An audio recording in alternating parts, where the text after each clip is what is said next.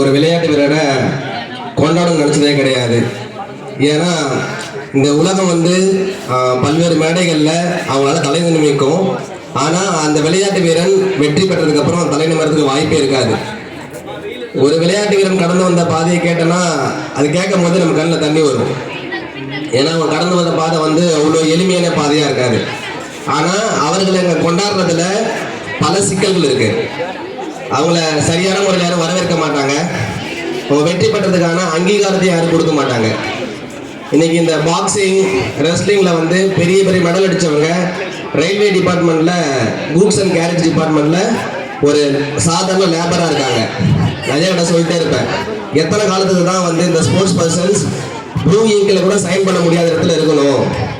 இனி வரும் காலங்களில் ஒவ்வொரு ஸ்போர்ட்ஸ் பர்சனும் க்ரீன் இங்கில் சைன் பண்ணணும். அப்படின்னா அவங்க நல்லா படிக்கவும் செய்யணும்னு சொல்லுவேன். இந்த நிகழ்வு ஒரு பெரிய நிகழ்வாக இருந்தாலும் உங்களோட எதிர்பார்ப்பு ரொம்ப பெருசானதுனால இதை கொண்டாட முடியல விவசாயிகளால். ஏன்னா இவர்கள் எப்போ கொண்டாடப்படணும்னு நினைக்கிறேன்னா இவர்கள் ஒரு கெசட் ஆஃபீஸராக கிரீன் இங்கில் சைன் பண்ணும்போது இந்த கொண்டாட்டம் முழுமையடையும். இவர்களுக்கு இது நாள் வரையில் நிறைய விஷயங்கள் ஒத்துழைப்பு அளிக்கிறோம். உங்கள் பெற்றோர்களாக இருக்கட்டும், பயிற்சியாளர்களாக இருக்கட்டும், ஒவ்வொரு இடத்துல போகும்போதும் ஒரு விளையாட்டு வீரர் நிறைய ஸ்ட்ரகிள் பண்ணுறான். ஸோ அந்த ஸ்ட்ரகிள்ஸ்க்கு எல்லாத்துக்குமே சப்போர்ட் பண்ணி இன்னைக்கு அவங்க வின் பண்ணியிருக்காங்கன்னா நிச்சயமா அது அவங்களுக்கான வெற்றி கிடையாது. இந்த ஸ்ட்ரகிள் எல்லாம் ஹெல்ப் பண்ணாங்க இல்லையா, அவங்க எல்லாருக்கான வெற்றி. அந்த வெற்றி எல்லாருக்கும் பகிர்ந்தளிக்குமாறு அன்போடு கேட்டுக்கிறேன்.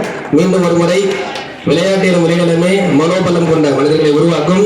அப்படிப்பட்ட ஸ்ட்ராங்கான லீடர்ஸ் வளரணும்னு சொல்லிட்டு அவங்களை விஷ் பண்ணி வாய்ப்பு நன்றி கூறி விடைபெறுகிறேன். மகிழ்ச்சி.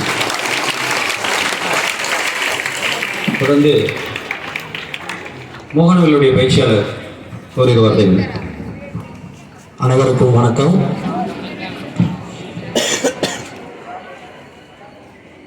இப்போ மால்கம் சார் கோச் சொன்னாங்க.